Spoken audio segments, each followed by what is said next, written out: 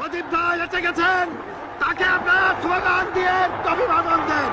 শেখ মুজিবের পথ ধরো, বাংলাদেশ স্বাধীন করো, মুজিব ভাইয়ের পথ ধরো, বাংলাদেশ স্বাধীন করো, পাশের মাঠে তৈরি করো, বাংলাদেশ স্বাধীন করো, বীর বাগানে অস্ত্র ধরো। ভাইরা আমার, আজ দুঃখ ভারাক্রান্ত মন নিয়ে আপনাদের সামনে হাজির হয়েছি। আপনারা সবই জানেন এবং বোঝেন আমরা আমাদের জীবন দিয়ে চেষ্টা করেছি, কিন্তু দুঃখের বিষয় আজ ঢাকা, চট্টগ্রাম, খুলনা, রাজশাহী, রংপুরে আমার ভাইয়ের রক্তে রাজপথ রঞ্জিত হয়েছে। আজ বাংলার মানুষ মুক্তি চায়, বাংলার মানুষ বাঁচতে চায়, বাংলার মানুষ তারা আজ তার অধিকার চায়। কি অন্যায় করেছিলাম নির্বাচনের পরে বাংলাদেশের মানুষ সম্পূর্ণভাবে আমাকে আওয়ামী লীগকে ভোট দেন। আমাদের ন্যাশনাল অ্যাসেম্বলি বসবে, আমরা সেখানে শাসনতন্ত্র তৈরি করব এবং এই দেশকে আমরা গড়ে তুলব। এদেশের মানুষ অর্থনৈতিক, রাজনৈতিক, সাংস্কৃতিক মুক্তি পাবে।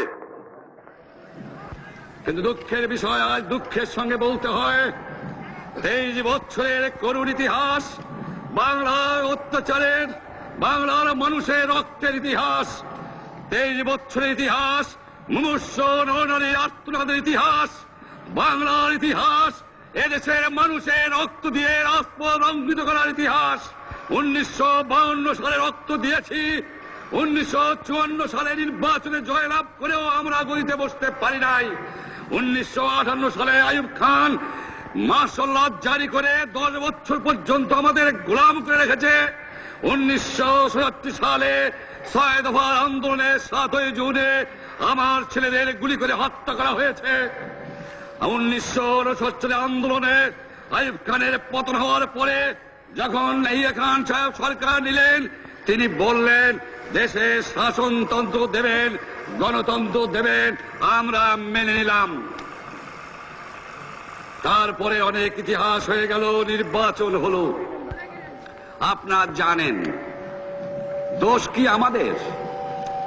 আজকে আমি প্রেসিডেন্ট ইয়াহিয়া খান সাহেবের সঙ্গে দেখা করেছি, আপনারা জানেন, আলাপ আলোচনা করেছি। আমি শুধু বাংলার নয়, পাকিস্তানের মেজরিটি পার্টির নেতা হিসাবে তাকে অনুরোধ করলাম 15ই ফেব্রুয়ারি তারিখে আপনি জাতীয় পরিষদের অধিবেশন দেন।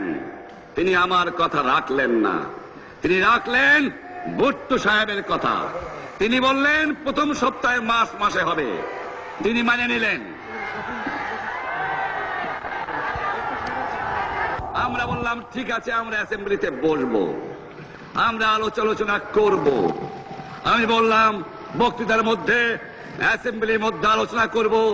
এমনকি আমি এ পর্যন্ত বললাম যদি কেউ ন্যায্য কথা বলে, আমরা সংখ্যায় বেশি হলেও একজন যদিও সে হয়, তার ন্যায্য কথা আমরা মেনে নেব। যারা ভুট্টো সাহেব এখানে এসেছিলেন, আলোচনা করলেন, বলে গেলেন যে আলোচনার দরজা বন্ধ না, আরো আলোচনা হবে। তারপরে অন্যান্য নেতৃবৃন্দের সঙ্গে আলাপ করলাম, আপনারা আসুন বসি, আমরা আলাপ করে শাসনতন্ত্র তৈরি করি। তিনি বললেন পশ্চিম পাকিস্তানের মেম্বাররা যদি এখানে আসে তাহলে কসাইখানা হবে অ্যাসেম্বলি। তিনি বললেন যে যাবে তাকে মেরে ফেলে দেওয়া হবে। যদি কেউ অ্যাসেম্বলিতে আসে তাহলে পেশোয়ার থেকে করাচি পর্যন্ত দোকান জোর করে বন্ধ করা হবে, তারপরেও যদি কেউ আসে তাকে সন্ন্যাসার করা হবে। আমি বললাম অ্যাসেম্বলি চলবে। তারপরে হঠাৎ 1 তারিখে অ্যাসেম্বলি বন্ধ করে দেওয়া হলো।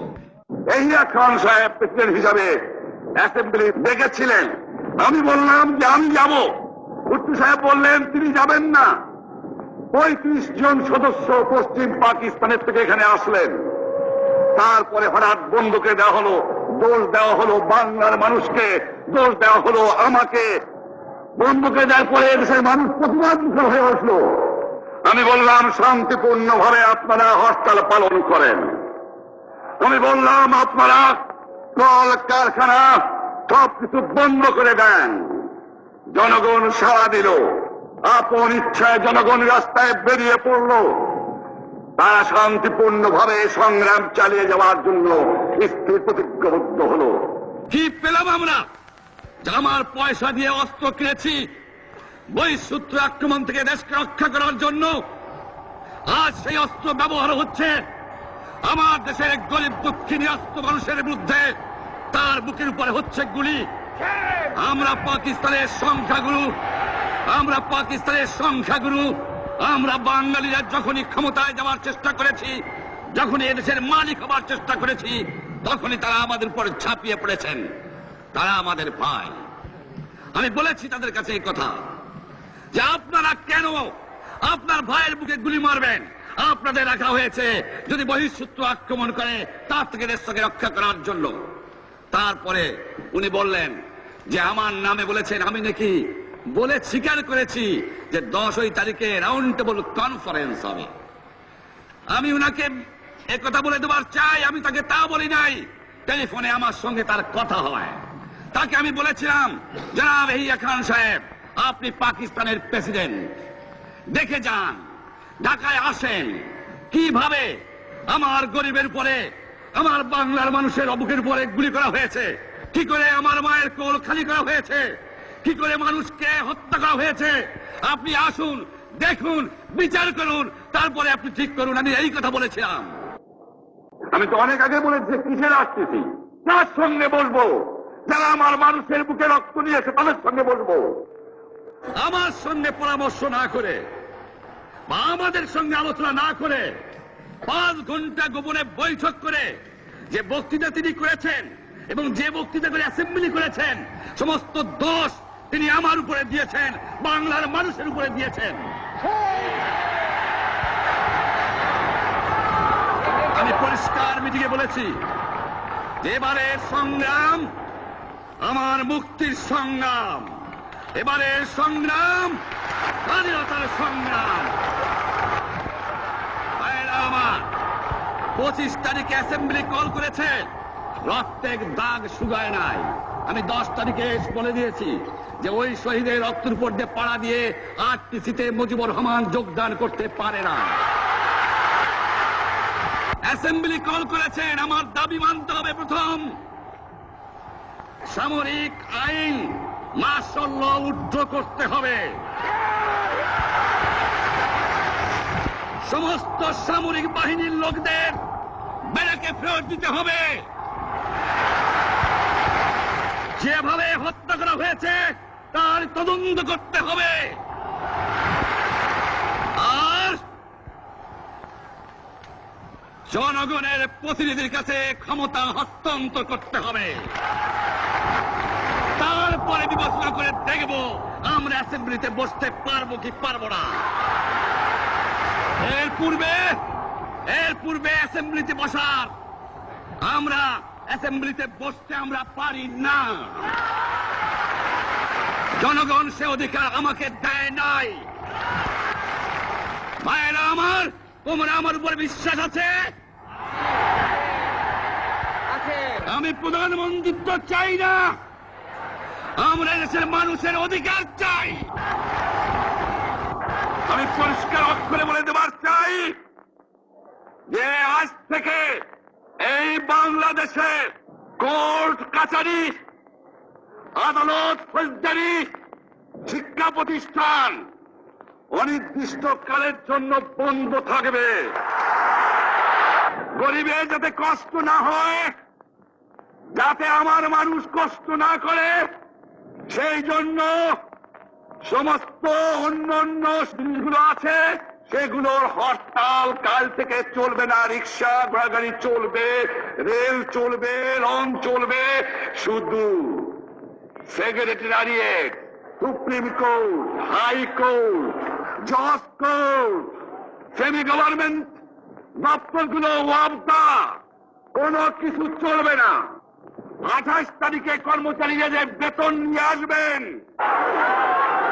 এরপরে যদি বেতন দেওয়া না হয়, আর যদি একটা গুলি চলে, আর যদি আমার লোকের উপর হত্যা করা হয়, তোমাদের উপর কাছে আমার অনুরোধ রইল, প্রত্যেক ঘরে ঘরে দুর্গ করে তোলো। তোমাদের যা কিছু আছে তাই নিয়ে শত্রুর মোকাবেলা করতে হবে, এবং জীবনের তরে রাস্তাঘাট যা যা আছে সবকিছু আমি যদি হুকুম দেবার নাও পারি, তোমরা বন্ধ করে দেবে। আমরা ভাতে মারবো, আমরা পানিতে মারবো। তোমরা আমার ভাই, তোমরা ব্যারাকে থাকো, কেউ তোমাদের কিছু বলবে না, কিন্তু আর আমার বুকের পর গুলি চালাবার চেষ্টা করো না, ভালো হবে না।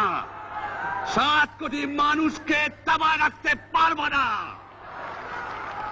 আমরা যখন মরতে শিখেছি তখন কেউ আমাদের দবাতে পারবে না। আর যে সমস্ত লোক শহীদ হয়েছে, আঘাতপ্রাপ্ত হয়েছে, আমরা আওয়ামী লীগের থেকে যতদূর পারি তাদের সাহায্য করতে চেষ্টা করব। যারা পারেন আমার রিলিফ কমিটি সামান্য টাকা পয়সা পৌঁছিয়ে দেবেন। আর এই 7 দিন হরতালে যে সমস্ত শ্রমিক ভাইরা যোগদান করেছেন, প্রত্যেকটা শিল্পের মালিক তাদের বেতন পৌঁছায় দেবেন। সরকারি কর্মচারীদের বলি, আমি যা বলি তা মানতে হবে। যে পর্যন্ত আমার এই দেশের মুক্তি না হবে, খাজনা ট্যাক্স বন্ধ করে দেওয়া হলো, কেউ দেবে না। শোনেন, মনে রাখবেন, শত্রু বাহিনী ঢুকেছে, নিজেদের মধ্যে আত্মকলহ সৃষ্টি করবে, লুটতরাজ করবে। এই বাংলায় হিন্দু মুসলমান, বাঙালি নন বাঙালি যারা আছে তারা আমাদের ভাই, তাদের রক্ষার দায়িত্ব আপনাদের উপরে, আমাদের জন্য বদনাম না হয়। মনে রাখবেন, রেডিও টেলিভিশনের কর্মচারীরা যদি রেডিওতে আমাদের কথা না শোনে, তাহলে কোন বাঙালি রেডিও স্টেশনে যাবেন না। যদি টেলিভিশন আমাদের নিউজ না দেয়, কোন বাঙালি টেলিভিশনে যাবেন না। 2 ঘন্টা ব্যাংক খোলা থাকবে, যাতে মানুষ তাদের মায়নাপত্র নেবার পারে, কিন্তু পূর্ব বাংলা থেকে পশ্চিম পাকিস্তানে 1 পয়সা চালান হতে পারবে না। টেলিফোন টেলিগ্রাম আমাদের এই পূর্ব বাংলায় চলবে, এবং বিদেশের সঙ্গে নিউজ পাওয়া হলে আপনারা চালাবেন, কিন্তু যদি এই দেশের মানুষকে খতম করার চেষ্টা করা হয়, বাঙালিরা বুঝে শুনে কাজ করবেন। তবে অনুরোধ করছি, আপনারা আমাদের ভাই, আপনারা দেশকে একেবারে জাহান্নামে ধ্বংস করে দিয়েন না।